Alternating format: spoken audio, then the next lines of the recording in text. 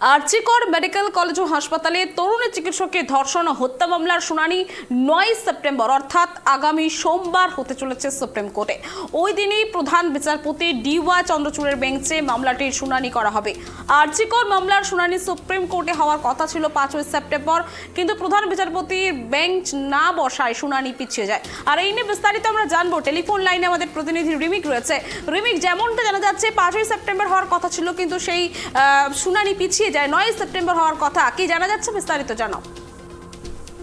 তোমার দেখো যে আরজিকর যে তরুণী চিকিৎসকের ধর্ষণ এবং খুনের মামলার যে সুপ্রিম কোর্টে শুনানি হওয়ার কথা ছিল 5 সেপ্টেম্বর, কিন্তু সেটা সেই শুনানি পিছিয়ে যায়। সুপ্রিম কোর্টের ডেপুটি রেজিস্ট্রার তিনি গত দুদিন আগেই কিন্তু 4 তারিখ সন্ধ্যেবেলা একটি বিজ্ঞপ্তি জারি করে জানান যে প্রধান বিচারপতির বেঞ্চ 5 তারিখ বসবেন না।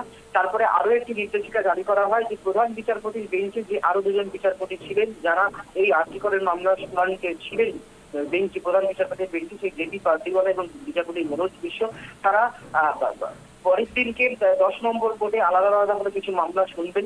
ফলে আশা করা গিয়েছিল যে তারা হয়তো শুনতে পারেন আরজিকরের মামলা, কিন্তু পরবর্তীকালে 5 তারিখ সকালবেলা আরো একটি বিজ্ঞপ্তি জারি করে সুপ্রিম কোর্টের পক্ষ থেকে জানানো হয় যে জেপি পার্দিওয়ালা এবং বিচারপতি মনোজ মিশ্র যে 10 নম্বর বেঞ্চে শুনবেন সেই তাদের শুনানির মামলার তালিকায় কিন্তু আরজিকরের মামলা ছিল না। ফলে রাজ্যবাসী থেকে শুরু করে নির্যাতিতার পরিবার, সমস্ত আন্দোলনকারী চিকিৎসক থেকে কিন্তু হতাশ হয়েছিল।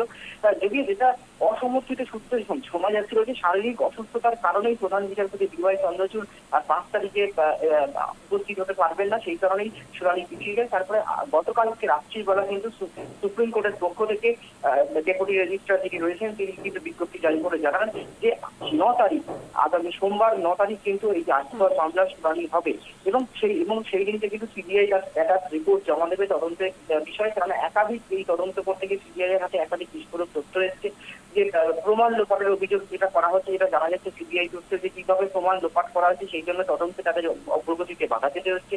পাশাপাশি দ্রুত ওই তরুণী চিকিৎসকের দেহ কি করে কেন সংস্কার করে দেওয়া হলো, কারা নির্দেশ দিয়েছিল এবং শ্মশানের যারা কর্মী তাদের সঙ্গে বয়ান রেকর্ড করেছে, কিন্তু এই সমস্ত বিস্ফোরক তথ্য স্ট্যাটাস রিপোর্টে থাকতে পারে।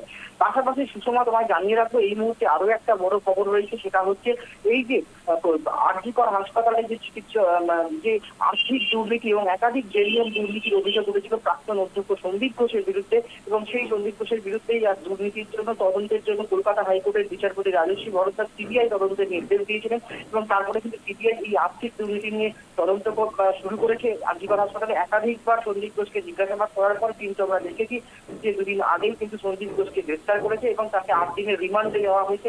আলিপুর কোর্ট থেকে নির্দেশ দিয়েছে। এই মুহূর্তে কিন্তু সন্দীপ ঘোষ সিবিআই হেফাজতে রয়েছে দুর্নীতির ক্ষেত্রে। আজকে সেই যে কলকাতা হাইকোর্ট যে আরজিকর হাসপাতালের দুর্নীতির তদন্তের জন্য সন্দীপ ঘোষের বিরুদ্ধে দুর্নীতির তদন্ত যেটা অভিযোগ করেছিলেন প্রাক্তন ডেপুটি সুপার আক্তার আলী, তার ভিত্তিতে কিন্তু দুর্নীতির অভিযোগে সন্দীপ ঘোষের বিরুদ্ধে সিবিআই তদন্তে যে নির্দেশ দিয়েছিল কলকাতা হাইকোর্টের রাজস্বী ভরদ্বাজ বিচারপতি, সেই নির্দেশকে সিবিআই তদন্তের নির্দেশকে চ্যালেঞ্জ করে সুপ্রিম কোর্টে আবেদন দ্বারস্থ হয়েছিলেন সন্দীপ ঘোষ। কিন্তু আজকে সুপ্রিম কোর্টের প্রধান বিচারপতি ডিওয়াই চন্দ্রচূড়, বিচারপতি জেপি পার্দিওয়ালা এবং বিচারপতি মনোজ বিশ্বের বেঞ্চ কিন্তু সন্দীপ ঘোষের এই আবেদন কিন্তু খারিজ করে দিয়েছে। অর্থাৎ সুপ্রিম কোর্ট পরিষ্কার জানিয়ে দিয়েছে এই মুহূর্তে কলকাতা হাইকোর্টের নজরদারিতে আরজিকর হাসপাতালে যে একাধিক বেনিয়ম দুর্নীতির অভিযোগ উঠেছে সন্দীপ ঘোষের বিরুদ্ধে, তাকে সিবিআই তদন্ত করছে কলকাতা হাইকোর্টের নির্দেশে। ফলে কলকাতা হাইকোর্টের এই সিবিআই নির্দেশের উপর, সিবিআই তদন্তের উপর এই মুহূর্তে কোন রকম হস্তক্ষেপ করবে না সুপ্রিম কোর্ট। অর্থাৎ কলকাতা হাইকোর্ট সন্দীপ ঘোষের বিরুদ্ধে আরজিকরের দুর্নীতির যে তদন্তভার সিবিআই এর উপর দিয়েছিল সেই তদন্তভার সিবিআই চালিয়ে যাবে।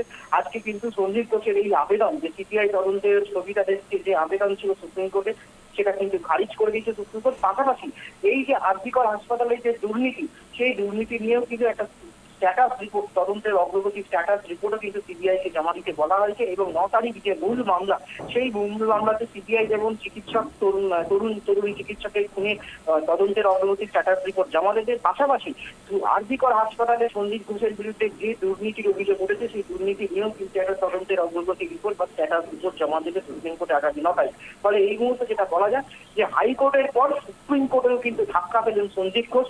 সিবিআই তদন্তে হাইকোর্টের যে নির্দেশ ছিল আরজিকর হাসপাতালে দুর্নীতির উপরে, সেই তদন্তের স্থগিতাতে সুপ্রিম কোর্টে দ্বারস্থ হয়েছিলেন সন্দীপ ঘোষ, কিন্তু সুপ্রিম কোর্ট তার আবেদন খারিজ করে দিয়েছে। সুপ্রিম কোর্টের প্রধান বিচারপতি পরিষ্কার জানিয়েছেন যে এই মুহূর্তে কিন্তু এই মামলার গুরুত্ব কোনো আছে এবং এই মামলার হস্তক্ষেপ করার প্রয়োজনীয়তা মনে করছে না সুপ্রিম কোর্ট। অর্থাৎ কলকাতা হাইকোর্টের যে নির্দেশ, যে দুর্নীতির তদন্ত সিবিআই করবে সন্দীপ ঘোষের বিরুদ্ধে, সেই তদন্ত কিন্তু সিবিআই করবে। সুপ্রিম কোর্ট কিন্তু হচ্ছে সন্দীপ ঘোষের আবেদন খারিজ করে দিল। সুষমা। ধন্যবাদ রিমি।